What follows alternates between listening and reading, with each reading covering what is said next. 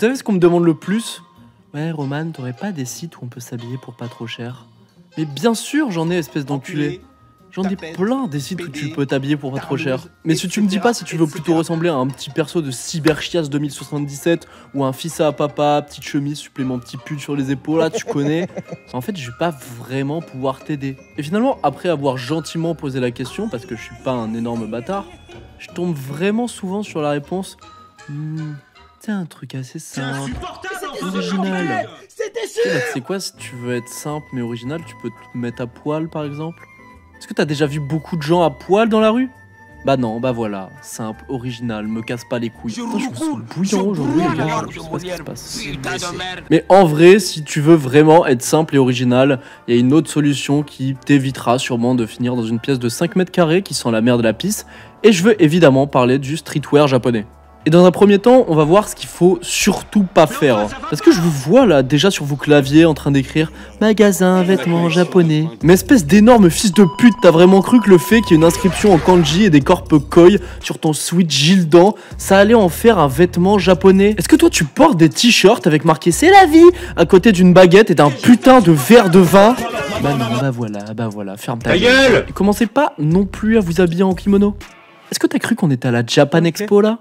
Bon, du coup, premièrement, on va s'intéresser à la silhouette à adopter. Et si vous pensez que pour se sentir japonais, il suffit de porter des marques genre Bape, bah vous pouvez directement retourner à Afterdrop pour acheter des magnifiques Yeezy 350 V2 flambant neuves. Ouais, bah Roman, à part cracher sur les Yeezy, Supreme et Bape, tu sais faire quoi en fait? Ben absolument rien. Je sais rien faire d'autre en fait. Bon, vous allez sûrement me dire que Bape c'est une marque japonaise, et vous avez raison.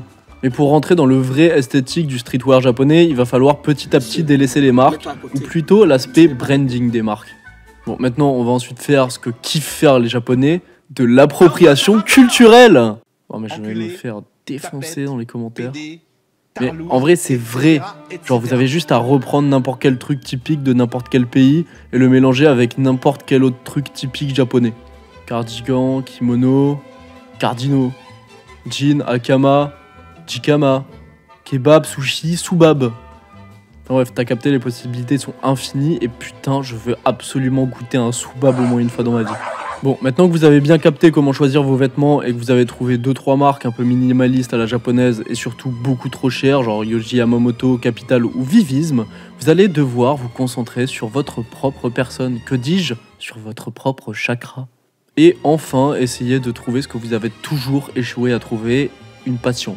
Et comme les passionnés en japonais, on les appelle des otaku, vous allez forcément devoir en devenir un. Parce que l'une des principales caractéristiques du streetwear japonais, c'est de construire son style autour de sa passion.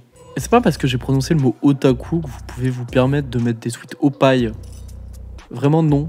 Enfin, allez crever, personne ne trouve ça drôle. Et alors qu'en Europe ou aux USA, on t'encourage à changer de style au fur et à mesure, justement le streetwear japonais t'incite plutôt à choisir un style en fonction de ton lifestyle et finalement de l'affirmer au fur et à mesure. Voilà, maintenant que j'ai dit tout ça, je viens de me souvenir que j'ai piqué un livre de street style japonais à un pote de mon taf. T'inquiète Guillaume, je te le rendrai un jour. Hein. Je te jure que je te le rendrai. Et finalement, en regardant vite fait les tenues, vous pouvez aussi choisir de juste faire n'importe quoi.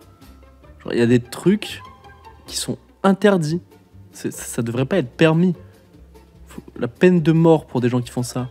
Bref, j'espère avoir pu aider toutes les personnes qui étaient encore à la recherche de leur style et vers qui le streetwear japonais pourrait être intéressant. Et en attendant, je vous dis à très bientôt pour un nouvel épisode de Trends.